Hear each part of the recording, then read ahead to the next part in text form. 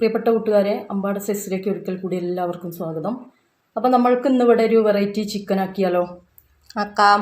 അപ്പോൾ നമുക്ക് അതിലേക്ക് വേണ്ട സാധനങ്ങൾ എന്തൊക്കെയാണ് നോക്കാം. ഞാനൊരു 1.5 കിലോ ചിക്കൻ ഇവിടെ കഴുകി വൃത്തിയാക്കി വെച്ചിട്ടുണ്ട്. ഒരു 3 സവാള അരിഞ്ഞു വെച്ചിട്ടുണ്ട്.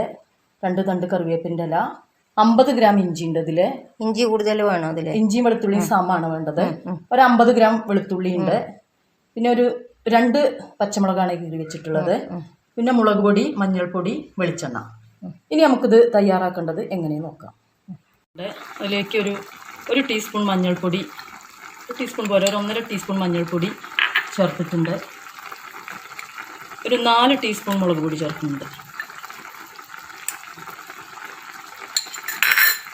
പാകത്തിന് ഉപ്പും ചേർത്തിട്ട് ഇത് നന്നായിട്ടൊന്ന് ഇളക്കിയിട്ട് ഒരു 2 വിസിൽ വരുന്നവരെ വിസിൽ വരട്ടെ, ഒന്ന് വെന്ത് വരട്ടെ. ചിക്കൻ അങ്ങനെ വെന്ത് വരട്ടെ. അപ്പോഴേക്കും നമുക്ക് ഈ ഇഞ്ചിയും വെളുത്തുള്ളിയും ഒന്ന് ചതച്ചെടുക്കാം.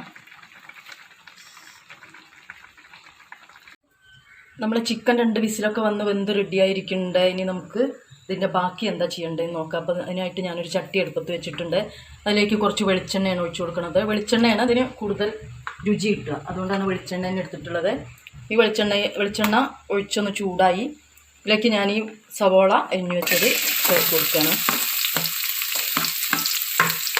ഇതിൻ്റെ കൂടെ തന്നെ ഈ പച്ചമുളക്, കറിവേപ്പില ചേർത്ത് കൊടുക്കുന്നുണ്ട്. ഇത് നല്ലോണം ഒന്ന് വഴഞ്ഞു വരട്ടെ. സവോള പാകത്തിനായി വന്നിട്ടുണ്ട്. ഇതിലേക്ക് നമ്മൾ ഈ ഇഞ്ചി വെളുത്തുള്ളി ചതച്ചത് ചേർത്ത് കൊടുക്കുകയാണ്. ഇത് നല്ലോണം ഒന്ന് ആയി വരട്ടെ. ഇഞ്ചിയുടെ വെളുത്തുള്ളിയുടെ ഒക്കെ പച്ചമണമൊക്കെ പോയി എണ്ണയൊക്കെ ഇങ്ങനെ നന്നായിട്ട് തെളിഞ്ഞു വന്നു. നമ്മൾ ഇവിടെ തയ്യാറാക്കി വെച്ച ചിക്കൻ ഇതിലേക്ക് ചേർത്ത് കൊടുക്കും.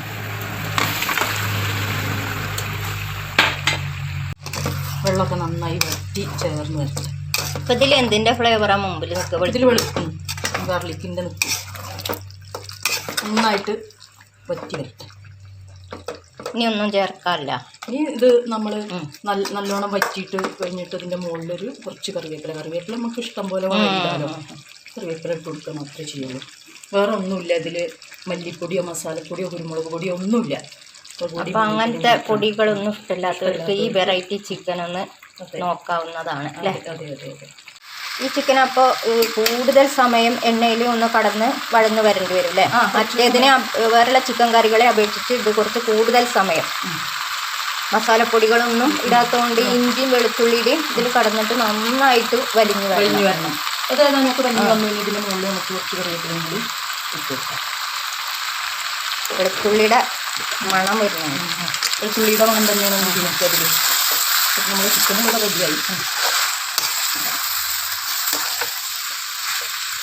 എല്ലാ ചിക്കനും ട്രൈ ചെയ്ത് നോക്കുന്ന നിങ്ങൾ ഈ ചിക്കൻ ഒന്ന് ട്രൈ ചെയ്ത് നോക്കുകൊണ്ട് അത്ര കൂടുതൽ പണിയൊന്നുമില്ല. നമ്മൾ കുക്കറിൽ അടിച്ചെടുക്കുകയാണ്. പിന്നെ ഇതൊക്കെ തളിച്ചെടുത്തിട്ട് വേഗമാവും. ഇതിൻ്റെ പകുതി ഇൻഗ്രീഡിയൻസ് വെച്ചിട്ടൊന്ന് നോക്കിയാലും മതി.